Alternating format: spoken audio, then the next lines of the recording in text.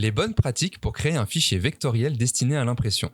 L'objectif de cette vidéo est de vous montrer comment créer un document sous Illustrator qui sera idéalement destiné à l'impression et qui répondra parfaitement aux différents problèmes rencontrés chez nos imprimeurs. Nous vous parlerons de la gestion colorimétrique jusqu'à la création de PDF compatibles avec n'importe quelle machine d'impression. Préparation de l'espace de travail.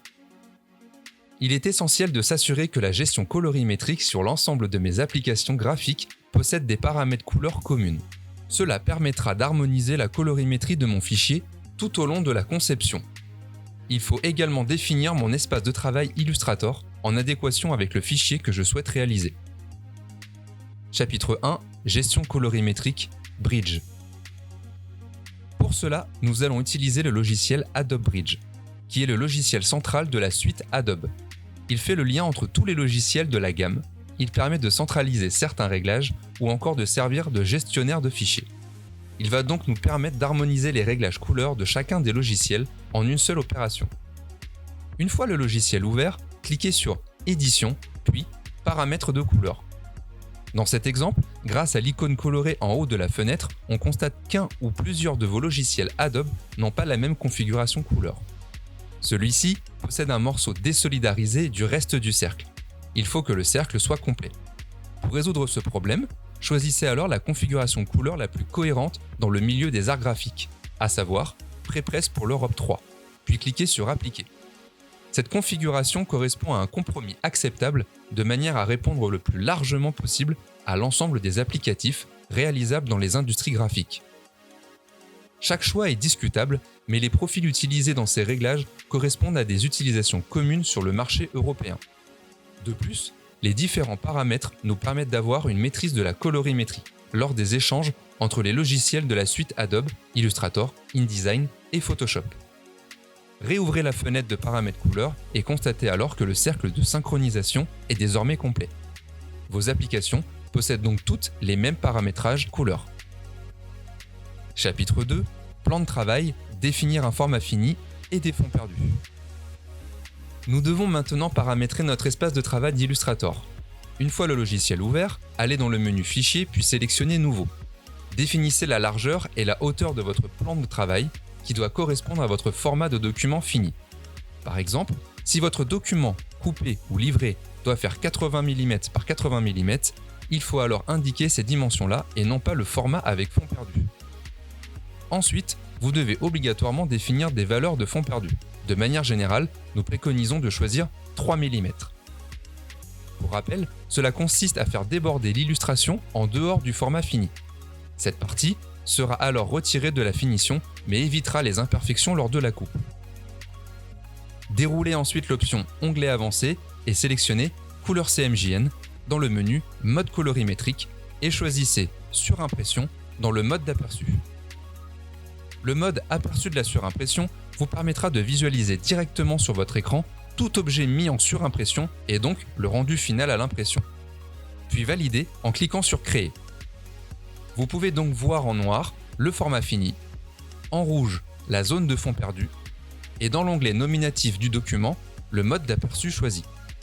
Création du fichier. Nous allons maintenant prendre conscience de certaines règles à respecter en fonction des outils disponibles tels que la gestion des surimpressions, les notions de transparence, les caractéristiques des calques, l'utilisation des couleurs nommées, les valeurs d'épaisseur de trait ou encore la gestion des textes. Commençons déjà par créer notre forme de découpe, qui servira à fabriquer notre plaque de découpe. Pour notre exemple, nous réalisons un cercle de 80 mm de diamètre, que nous devons centrer sur notre plan de travail. Nous pouvons définir l'épaisseur du filet de découpe à notre convenance. Cependant, nous choisissons ici une valeur de 0,5 points. Chapitre 3. Ton direct et couleurs nommées. Ensuite, tout en ayant le filet de découpe sélectionné, nous créons une nouvelle nuance en se servant du nuancier. Nous la nommons découpe, puis définissons-la comme un ton direct, afin de créer une couche supplémentaire en plus du cyan, magenta, jaune et noir. La valeur magenta seule à 100% suffira généralement à être identifiable. Puis, validons cette nuance. Le filet est alors modifié. Chapitre 4. Surimpression. Il est important pour finaliser ce filet de découpe de le définir en surimpression. Pour cela, gardons cette forme sélectionnée et allons dans le panneau Options d'objet. Il suffit alors de cocher Surimpression du contour. Chapitre 5. Calque. Notre forme désormais correcte, verrouillons-la grâce à l'utilisation des calques. À ce stade, il n'existe qu'un seul calque sur lequel nous travaillons. Nous allons donc le nommer Découpe et le verrouiller. Puis, nous allons créer un ou plusieurs calques supplémentaires qui contiendront nos différents éléments graphiques nécessaires à la création de notre visuel. Il peut donc y avoir plusieurs calques en fonction de la complexité du graphisme et de l'organisation que l'on souhaite adopter. Dans notre exemple, nous choisissons donc de créer 4 calques. Un qui contiendra le fond, un qui contiendra les textes, un qui contiendra les éléments graphiques et un dernier pour l'ennoblissement. Puis, nous plaçons l'ensemble de ces calques en dessous du calque de découpe. Enregistrons notre fichier en laissant toutes les valeurs par défaut validées. Chapitre 6. Épaisseur de trait. À ce stade de la création, il est important de prendre en compte l'épaisseur des tracés par rapport à la technologie d'impression. Ici, notre filet est réalisé en noir 100% et en surimpression. Nous définissons alors une valeur minimum de 0,25 points. Cependant, si vous créez un filet blanc sur un ton plus foncé, il est recommandé d'augmenter cette valeur à 0,4 points minimum. Chapitre 7. Gestion de la transparence. Il arrive régulièrement que les fichiers comportent des éléments en transparence. Pour rappel, une transparence peut être un objet en opacité réduite, un dégradé de couleur allant d'une valeur 100 à 0, ou encore une ombre portée. Dans notre exemple, l'objet transparent est représenté par le nuage blanc se trouvant devant le fond gris. Pour ce faire, nous réduisons la couche alpha de l'objet, c'est-à-dire que nous définissons le blanc à 70% d'opacité. Cela aura pour effet de laisser transparaître la couleur du fond. Notre objet est donc transparent. À ce stade, avoir une transparence dans notre document n'est pas un problème. Cependant, afin d'éviter tout problème au moment de l'impression, nous verrons lors de l'exportation du PDF comment prévenir les risques. Chapitre 8. Vectorisation de la typo. Lorsque vous incrustez une police à l'intérieur de votre document, il sera nécessaire de la vectoriser avant l'envoi au RIP d'impression.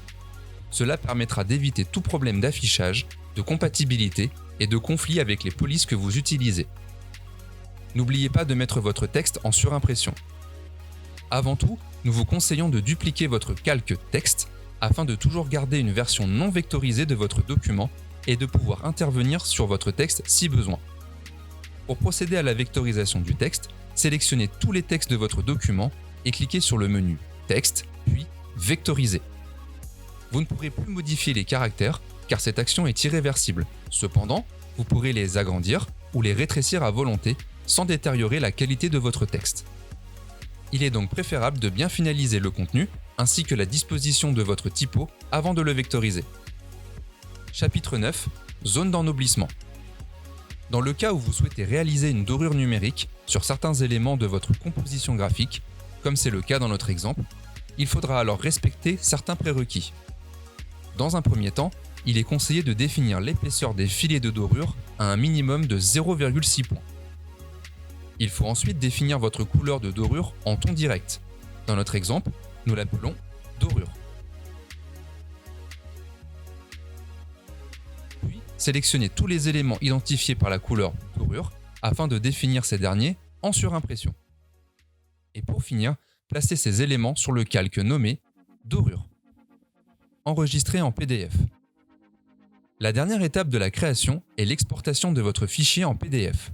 Ceci est une étape importante car il faudra désigner les bons réglages afin que votre fichier final soit le plus représentatif et le plus qualitatif possible en respectant certains prérequis destinés pour l'impression. Chapitre 10. Exportation en PDF. Sélectionnez Fichier, puis Enregistrer sous. Choisissez Adobe PDF et cliquez sur Enregistrer. Dans cette nouvelle fenêtre, nous allons définir les différents réglages conseillés pour l'impression. Dans Paramètres prédéfinis Adobe PDF, choisir Qualité supérieure. Ensuite, dans le menu Compatibilité, qui se trouve en dessous, sélectionnez Acrobat 4 PDF 1.3 et décochez Optimiser pour l'affichage rapide des pages web. Dans le menu Repères et fonds perdus, situé sur la gauche de la fenêtre, cochez la case Utiliser les paramètres de fonds perdus du document. Cela prendra donc en compte ceux désignés au moment de la création du document. Ensuite, dans le menu Sortie, toujours sur la gauche, allez dans le menu Règles d'inclusion de profil pour sélectionner Inclure tous les profils. Et pour finir, dans le menu Avancé, choisissez Haute résolution dans le menu déroulant Paramètres prédéfinis. Nos paramètres pour l'exportation PDF sont désormais corrects. Il ne reste plus qu'à enregistrer en PDF. Votre fichier a bien été enregistré en PDF et il est parfaitement compatible avec la plupart des systèmes d'impression. Nous pouvons visualiser les différentes couches de couleurs en ton direct qui ont bien été réalisées en surimpression. De plus, nous pouvons constater dans les propriétés du document que toutes les polices ont bien été vectorisées car celles-ci n'apparaissent pas. Merci d'avoir suivi ce tutoriel, à bientôt pour de nouvelles vidéos.